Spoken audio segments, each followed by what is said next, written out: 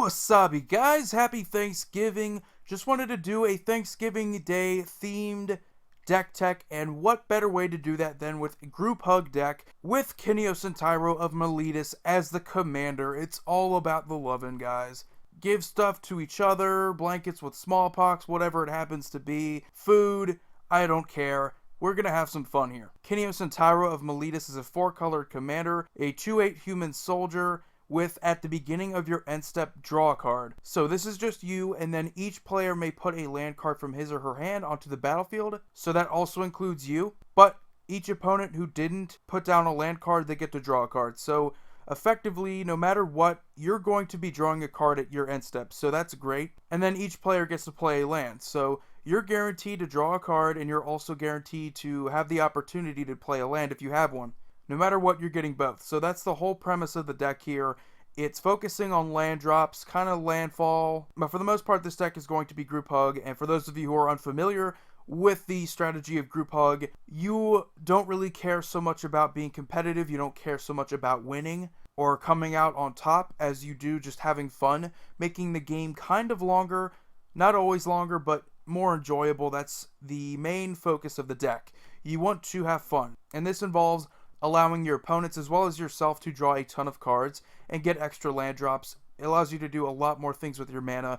And overall, I rarely ever see anyone upset that someone's deciding to play group hug versus control decks or aggro decks, stuff like that. So not only you enjoy this deck, but multiple people at the table are likely going to enjoy it as well. So let's start it off here with some of the lands, some mentions here. 2 lands that I feel like are pretty good for this type of deck with what we want to do. Forbidden Orchard is spectacular. We get 1 mana, whatever mana we need, what color. This is a 4-color deck, so having that mana fixing is very important. It also allows us to basically make an alliance with whatever opponent we want to, give them a little 1/1 token, and hopefully that encourages them to be on our side. So this isn't about loving everybody at the table, but if you're able to make an alliance, this is going to enable you to come into second place for the most part in a lot of games. You're not always going to come out on top because you're basically just playing politics and being on whoever's side is winning, or you're just trying to equalize the game, trying to make it so that people who are losing the game suddenly help them out and turn the tables on them, and suddenly you have a more interesting game now because you decided to help someone. You decided to help the underdog there, and that's the fantastic part about this deck. Maze of Ith is just essential for any deck that really doesn't have a lot of strength in creatures. This deck and most group hug decks have kind of a sub-theme of control, so pretty much just save the day with Maze of Ith. Now we have some artifacts, and for the most part our artifacts are going to be of the mana ramp variety. So we have the obvious Soul Ring, Felwar Stone, and Thought Vessel. Thought Vessel is spectacular with this type of deck. If we happen to draw too many cards, not always going to happen. We don't have to discard them. We have no maximum hand size. Pretty fantastic. And the rest is pretty much just the signets. We play all 6 that you can in these colors. And I think it's really important. I put these in just about every single commander deck I play. They are good for mana fixing, give you 2 different colors. Can't really beat that in a 4-color deck where you want to get out Kineos and Tyro pretty early, and signets help you do that. Then we have Chromatic Lantern because, hey, turning your lands into basically lands that can produce any mana you need, that's pretty spectacular. Also taps for 1 itself. Then we have Howling Mine because it's pretty iconic in group hug, and it's also fantastic. Everybody rejoices when they see this card hit the field, and they also get to draw an extra card. So hey, more card draw, the more friends you make. And then we have Temple Bell, which is basically the same thing. However, you also get to choose when everybody draws that extra card, so it's for 3 mana. It is an activated ability, so it's a bit different. I like the control aspect to it there. You get to be a little bit more political. And then we have a new card, Thaumatic Compass, which flips into Spires of Araska. It's basically another Maze of Ith. Spires of Araska is fantastic, and Thaumatic Compass gives you extra land, so you don't miss land drops. That's also very underrated.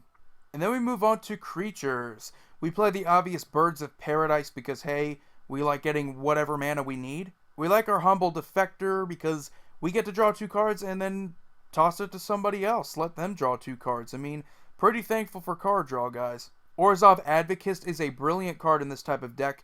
You are giving players +1/+1 counters, and they're likely not going to want to attack you anyway. So right there, you know who's going to be your enemy for the rest of the game and who's not. Most of the time, people aren't going to just refuse the +1/+1 counters and make it to where you know they're going to attack you. unless they're like the last person left in the game who's opposing you, and that's perfectly reasonable. Courser of Crufix is fantastic in a landfall based deck, or a deck that's just good with land drops because, hey, you gain a bit of extra life, and also helps you get land drops off the top of your deck, which is pretty nice. Eternal Witness is pretty solid, one of the best creatures in green. You get whatever card you need from your graveyard back to your hand, get to reuse it. One of the best cards in the whole format. And then we have Heartwood Storyteller, forcing your opponents to be a little bit more cautious whenever they cast their non-creature spells is quite fantastic. You have Selvala Explorer return because, hey, we like the Temple Bell effect.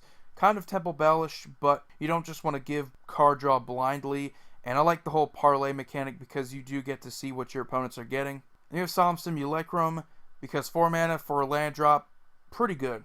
And when it dies, you get to draw a card, pretty basic. Selfless Squire is amazing fog creature that can get a ton of +1/+1 counters depending on whether or not your opponents are going and swinging all out at you. You just get a gigantic creature on the field. Then we have Diochan Artful Beauty. I mentioned this in my 10 underrated commander cards list. I think it was the 16th one. Just fantastic. It's very similar to Humble Defector, where your opponents, or one of your opponents I should say, is going to be able to destroy a creature of their choice. So ideally you want to throw a Lightning Greaves or make it to where your opponents don't want to destroy Diochan.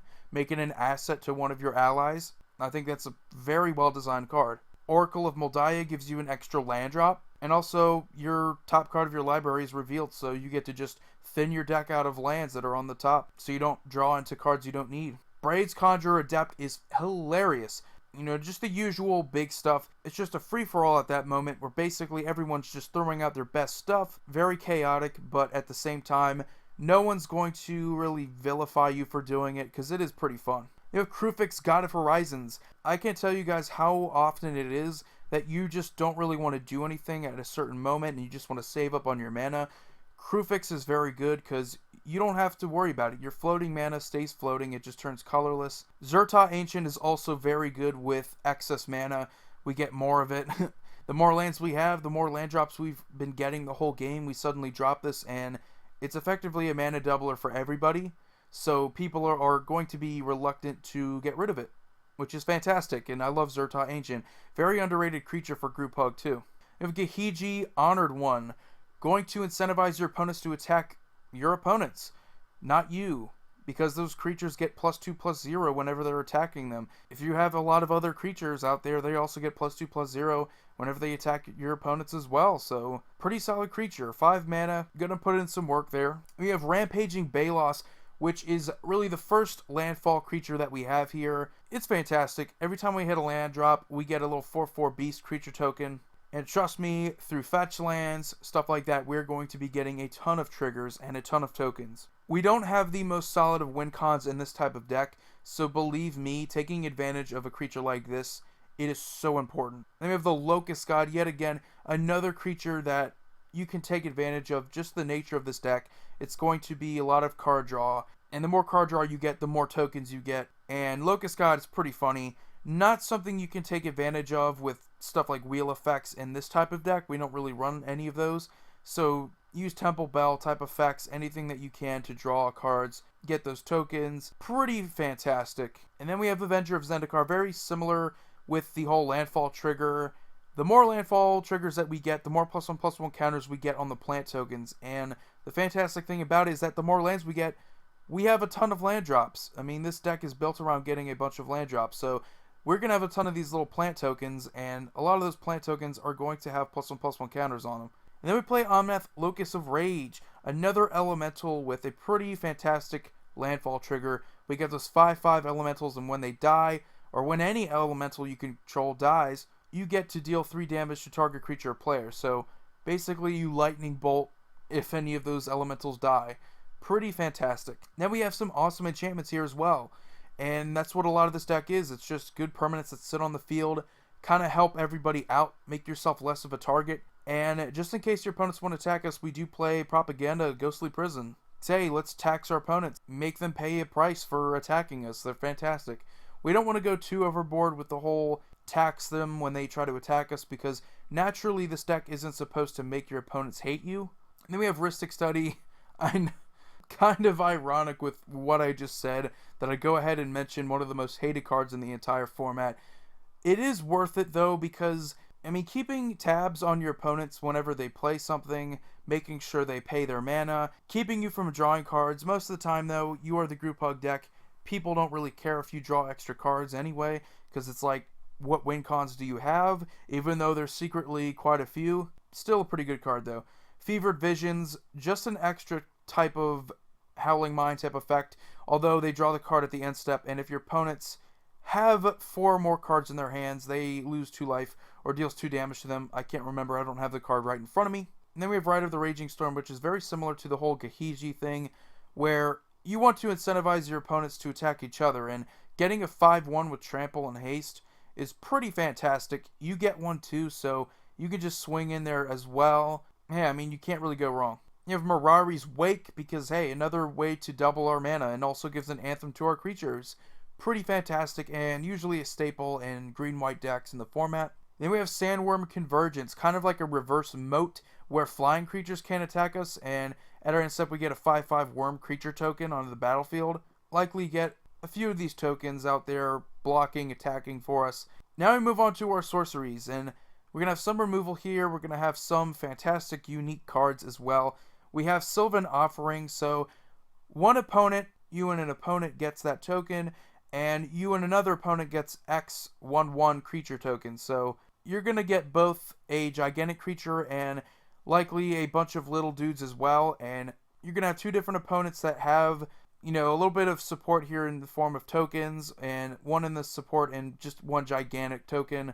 You want to help other players out there, give them more support. It's going to help you in the long run of the game. Kodama's Reach, Cultivate, Skyshroud Claim, Tempt with Discovery.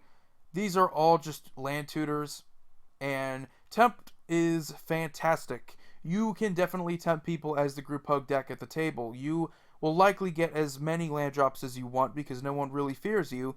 You're the group hug deck. And then we have Disrupt Decorum, one of my favorite sorceries to come out in the last year. 4 mana in red, forcing your opponent's creatures to attack each other, and they have to. It's not just a choice like with Rite of the Raging Storm. Your opponents don't have to attack with that token.